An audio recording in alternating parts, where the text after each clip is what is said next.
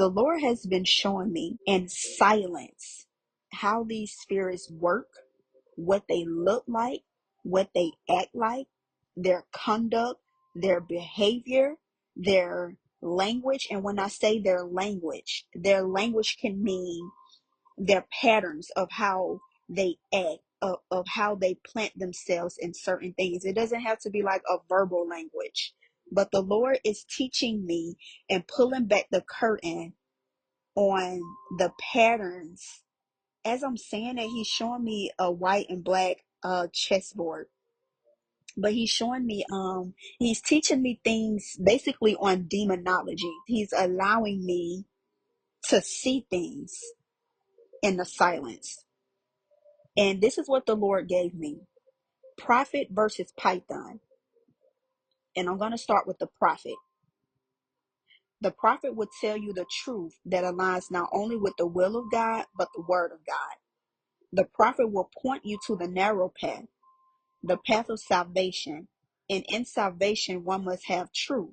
No liar will lead you to the path of salvation. The prophet will always preach, teach, explain, or elaborate on the gospel.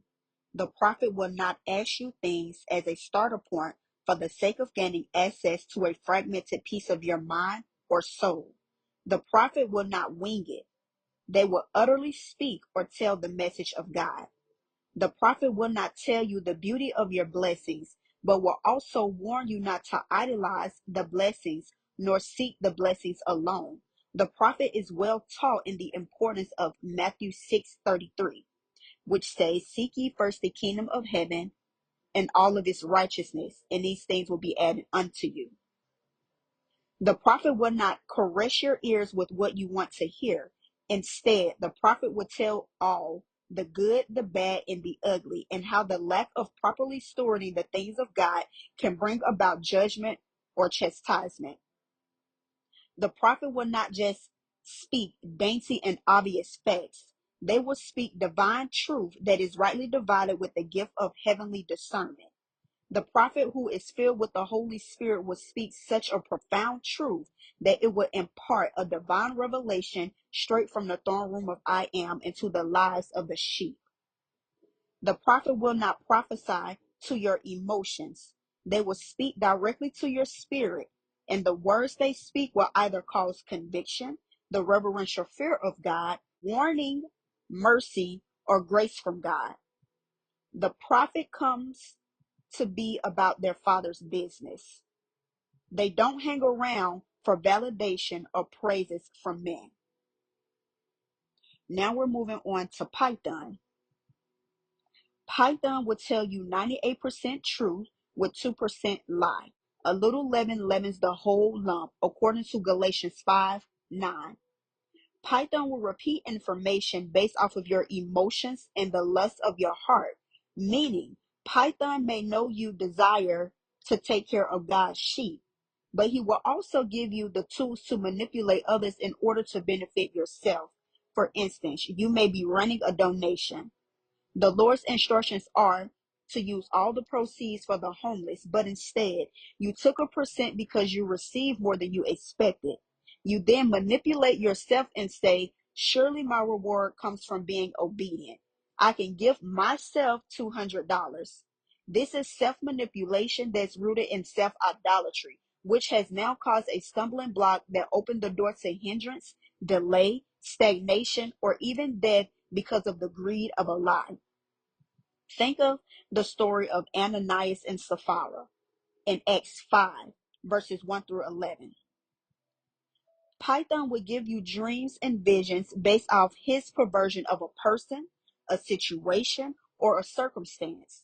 When Python gives revelations, it's always rooted in malice, deception, strife, division, and ungodly intentions to lead you further away from God. This is how bondage is created and how godly unions are destroyed.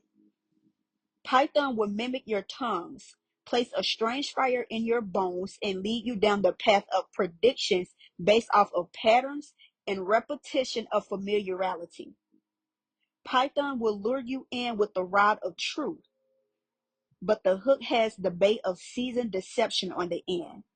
Python will cater to your fears, causing you to take matters into your own hands to speed up God's decisions.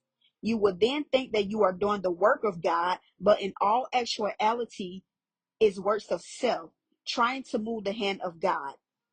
Python will quote scripture but add perversion when he removes even just a word from a verse. The truth then becomes just a fact of what is so. But when the truth has been tainted with missing information or becomes conditional truth, this is how Python slowly coils around you, leading you astray. Python will preach from a standpoint of emotions versus the standpoint of truth.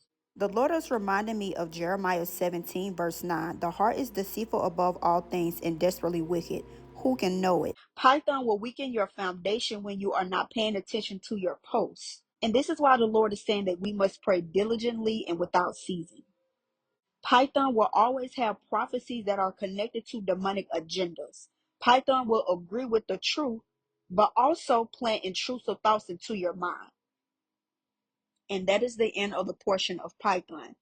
When a prophet truly prophesies and speaks on the account of the Lord, there will be no vague words. There will be biblical references, divine revelation, and the presence of God Almighty.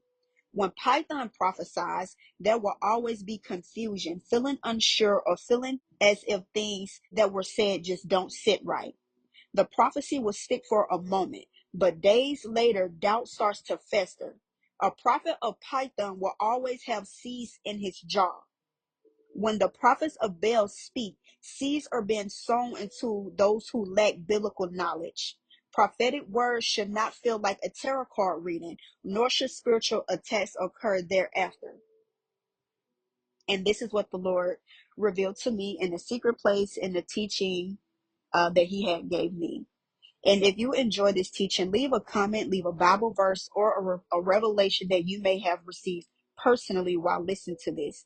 And whatever you do, take this word back to God so that he can give you more understanding, more clarity, and biblical insight.